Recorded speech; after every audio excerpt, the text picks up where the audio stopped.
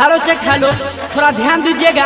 हमारे पूजा समिति से अनुरोध है कि मटकी फोड़ने का काम चालू किया जाए। आए हटो हम फोड़ेंगे, अरे नहीं हम फोड़ेंगे, आए तुम हटो हम फोड़ेंगे, अरे बाबू हम फोड़ेंगे। हाँ आया खुशी का समय बन जाओ न कन्हैया, आया खुशी का समय बन जाओ न कन्हैया, सुनो लटका गगरिया हम फोड़ेंगे। अरे थक गए क्या? हम फोड़ेंगे भाई हम फोड़ेंगे, हम फोड़ेंगे भाई हम फोड़ेंगे, हम फोड़ेंगे मटकी हम तोड़ेंगे, हम फोड़ेंगे सुनो हम फोड़ेंगे। आया खुशी का समय बन जाओ न कन्हैया, सुनो लटका गगरिया हम फोड़ेंगे। अरे थक गए क्या? हम फोड़ेंगे भाई हम फोड़ेंगे, हम फोड़ेंगे भाई हम फोड़ेंगे, हम फोड़ेंगे मटकी हम तोड़ेंगे, हम फोड़ेंगे सुनो हम फोड़ेंगे।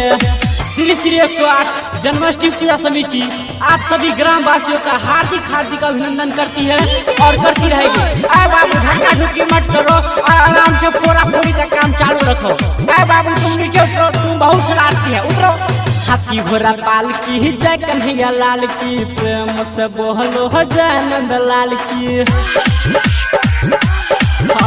हाथी घोड़ा पाल की जय कन्हैया लाल की, प्रेम से बोलो हो जय नंद लाल की। सबके होठ पे नाम कन्हैया, तेरे से बोलो भाई मदन गोपाल की। आज झूम शहर सुन पूरा नगर, आज झूम शहर सुन पूरा नगर, भाई मस्ती भरा दिन हम तोड़ेंगे। अरे थक गए क्या?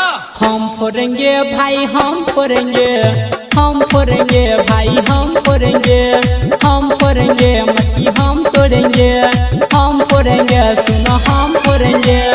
हेलो चेक हेलो, भैया थोड़ा आवाज दीजिए। और हाँ पूजा समिति से निवेदन है कि छोटे छोटे बच्चों को भीड़ में जाने से मना करें। थोड़ा सा सावला थोड़ा सा काला, सबके दिलों के है वो रखवाला। थोड़ा सा सावला थोड़ा है काला, सबके दिलों के है वो रखवाला। राधा के दिल में है बसने वाला, बड़ा नटखट है मुरली वाला। भाई प्रेम पुजारी चलो करो न तैयारी, आया प्रेम पुजारी चलो करो न तैयारी, न तो सबसे पहले हम तोड़ेंगे। अरे थक गए क्या?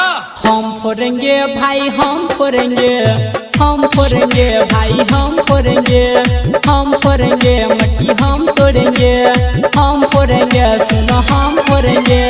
डीजे वाला भाई लगाइए रमन जी यादव का गाना और आवाज कम नहीं होना चाहिए, बेस दीजिए। अरे बाबू अब ठीक है और तो गली गली सुनो नया ही सुर है, मेरा कन्हैया तो माखन चोर है। हाँ गली गली सुनो नया ही सुर है, मेरा कन्हैया तो माखन चोर है। सबके मन को मोहने वाला, इसके न जैसा कोई और है। पार कर सबके नैया गावे रमन जी गवैया, पार कर सबके नैया गावे रमन जी गवैया, सुन ठाना है मन में हम तोड़ेंगे। अरे थक गए क्या? हम फोड़ेंगे भाई हम फोड़ेंगे, हम फोड़ेंगे भाई हम फोड़ेंगे, हम फोड़ेंगे मटकी हम तोड़ेंगे। Planet recording studio, planet recording studio.